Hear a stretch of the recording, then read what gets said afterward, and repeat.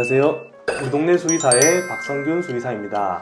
오늘은 우리 아이들 슬개골 탈구 수술 꼭 해야 하는지에 대해서 알아보도록 하겠습니다. 일단 슬개골 탈구 수술에 대해서 많은 분들이 고민하는 이유 중에 첫 번째 이유는 슬개골 탈구가 통증이 크지 않다, 즉 통증 때문에 수술하는 병이 아니기 때문일 거예요. 즉 우리 아이가 아프거나 다리를 전다거나 어떤 증상을 보여야지 우리 보호자분 입장에서는 아이의 통증이 관찰되는 거고, 또 애가 아파하니까 수술을 결정을 할 수 있는 부분인데, 슬개골 탈구라고 하는 질병 자체가 일단 통증이 그렇게 큰 질병은 아니에요. 또 이 탈구 자체가 초기에는 통증 반응을 보이지만 곧 통증에 대해서 익숙해지거나 탈구에 대해서 익숙해지고 점차 통증보다는 배열이나 골변형 내지는 연골이 손상받는다거나 관절염과 같이 부가적인 2차원적인 변화를 동반하기 때문에 우리가 수술을 결정하는 거거든요. 자세하게 한번 알아보면 슬개골 탈구가 초기가 있고 중기가 있고 말기가 있다라고 우리가 쉽게 표현을 한다면,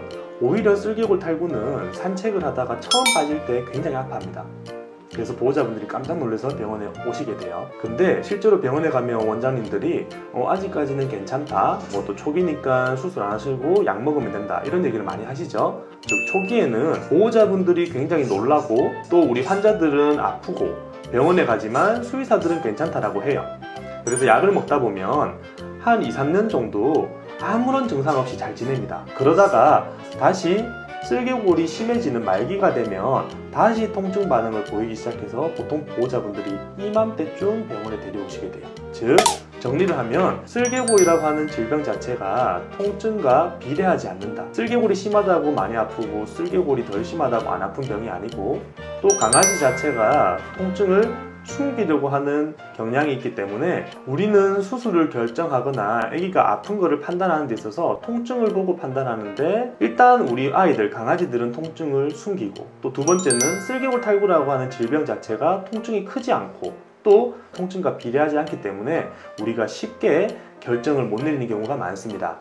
자, 그러면 우리 아이들 슬개골 탈구 언제 수술하고, 그러면 언제는 하지 않는 건지 한번 알아보도록 하겠습니다. 슬개골 탈구 수술은 언제 하나? 일단 단계로 구분할 수 있어요. 슬개골 탈구는 1기, 2기, 3기, 4기가 있고요. 이 자세한 구분은 이전 영상 한번 참고해 주시면 좋을 것 같고, 일단 슬개골 탈구는 모든 수의사가 동의하는 거는 3기 이상이 되면 수술하셔야 돼요. 1기, 2기 때는 보호자분이 선택을 할 수 있어요.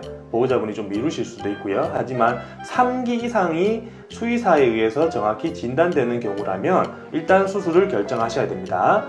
두 번째는 통증이 심한 경우예요. 즉 슬개골 탈구가 1기인데 통증이 심할 수도 있고 4기인데 통증이 심할 수도 있다, 그렇죠? 근데 일단 통증이 보이면 우리가 약을 쓰게 되죠. 진통소염제를 먹습니다. 또 마사지나 재활을 할 수도 있고요. 일단 통증이 비수술적인 방법으로 통제가 되지 않는다라고 한다면 수술을 결정할 수 있어요. 그래서 실제로 저희 병원 같은 경우에서도 대부분의 환자들이 3-4기 환자들이 제일 많고요. 실제 2기인데 수술을 권장하는 경우는 많지는 않아요. 하지만 최근에 2기인데 수술한 친구가 있습니다. 그 친구 종이 바로 시박연이에요. 다들 아시다시피 시박연 같은 경우에는 통증에 대해서 잘 참지를 못해요. 그리고 보호자분도 우리 아이가 아픈 거를 잘 볼 수 없으시고요. 그렇다 보니까 시박연 같은 경우에는 상당히 빠른 기에 슬개골 탈구가 많이 진행되지 않았는데 수술했던 기억이 나네요. 일단 그리고 두 번째는 나이예요. 그래서 슬개골 탈구 수술이 모든 나이에 할 수 있지는 않습니다. 대표적으로 성장이 완성되지 않은 11개월령 미만의 애들한테서는 웬만하면 수술을 하진 않아요. 하지만 이것도 케이스 바이 케이스입니다. 수의사가 필요하다고 판단되면 적절한 수술을 할 수는 있어요. 이건 뒤에 한번 자세히 알아보도록 할게요. 너무 힘든 내용이기 때문에 일단은 쉽게 설명을 하면 11개월 전에는 수술을 하지 않는다. 두 번째는 한 12살, 11살 정도 이상, 즉 노령견이다, 맞죠? 예, 나이가 많은 경우에는 우리가 수술보다는 비수술적인 방법을 한번 고려해 볼 수 있겠죠. 네 번째는 질병 여부. 우리가 슬개골 탈구를 수술을 해야 되는데 아기가 슬개골 탈구보다 더 급한 질병들을 가지고 있어요. 그런 경우라면 슬개골 탈구 같은 경우는 많이 미뤄질 수도 있고, 또 슬개골 탈구라고 하는 거는 양측 기준으로 40분에서 1시간 정도의 마취 시간이 필요합니다. 그래서 이 마취 위험성이 높다라고 판단되면 수술보다는 여러 가지 비수술적인 방법들을 먼저 써볼 수 있을 것 같습니다. 자, 그러면 슬개골 탈구 수술은 언제 안 할 수 있냐? 보시면 옆집에 어떤 강아지들은 쓸개골 탈구가 심하다고 들었는데 이 친구는 수술 안 하고 잘 지내고 있어요. 수술을 하지 말자라고 했다고도 하고, 또 어떤 옆집의 친구들은 나이가 1살밖에 안 됐는데 수술을 이미 한 친구도 있고요. 하다 보니까 보호자분들이 굉장히 헷갈리는 거죠. 이 쓸개골 탈구 수술을 누구는 하고 누구는 안 하고, 또 우리 애는 안 아픈데 왜 해야 되는 거지? 뭐 여러 가지 생각이 많으실 거예요. 그래서 한번 알아보면 단계, 즉 1기거나 2기일 때는 수술을 하시지 않으셔도 괜찮아요. 물론 이것도 수의사의 정확한 진단이 필요합니다. 왜냐하면 1기거나 2기인데도 연골면에 손상이 있다거나 주변 인대 조직에 손상이 의심된다거나 아니면 아기가 통증을 강하게 보인다면 수술이 고려될 수 있어요. 수술이 아주 급한 상태는 아니에요. 즉 우리가 충치가 있지만 바로 충치 치료를 하지 않아도 되는 것처럼 일단 문제는 되겠죠. 시간이 지나면. 하지만 지금 당장 응급수술로 해야 될 정도는 아니다 이 말입니다. 두 번째는 통증인데요.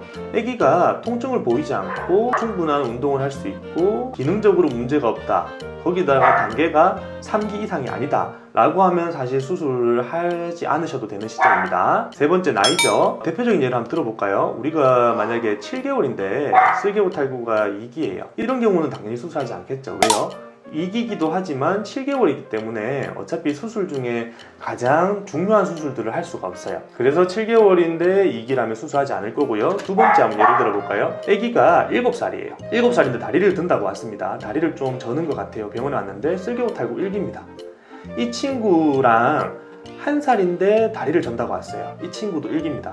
이 친구의 수술 여부는 완전히 달라요. 7살인데 1기라는 얘기는요, 자 보세요. 1, 2, 3, 4기 중에 7년 동안 그냥 막 지냈더니 그냥 자연스럽게 살았어요. 자연스럽게 살았더니만 1기입니다. 이 친구는 똑같은 7년이 지나면 2기가 됩니다. 이 친구 수술할까요? 안 해도 됩니다. 즉 이 친구는 체중만 감량하고 운동 제한이나 매트를 깐다거나 여러 가지를 통해서 수술을 안 할 확률이 굉장히 높은 친구고요. 1살인데 1기라는 친구는 사실 유전적인 영향이 충분히 많이 높다라고 볼 수 있죠. 그래서 이런 친구들, 뭐 1살인데 2기다 이런 친구들은 우리가 관리를 열심히 하신다라고 하면 5세에서 6세 정도에 아마 수술이 필요로 하는 시점이 될 거고요. 만약에 관리가 너무 소홀하다 그러면 2살이나 2살 되기 전에 아마 수술을 하셔야 될 거예요. 4번은 질병 여부입니다. 아까 말씀드린 것처럼 우리 애기의 질병이 쓸개골 탈구보다 삶의 퀄리티, QA를 더 낮춘다라고 판단되거나 아니면 수술할 때 마취 위험성이 너무 높다라고 판단되면 수술을 안 하고, 요즘엔 좋은 방법들이 많다 그렇죠?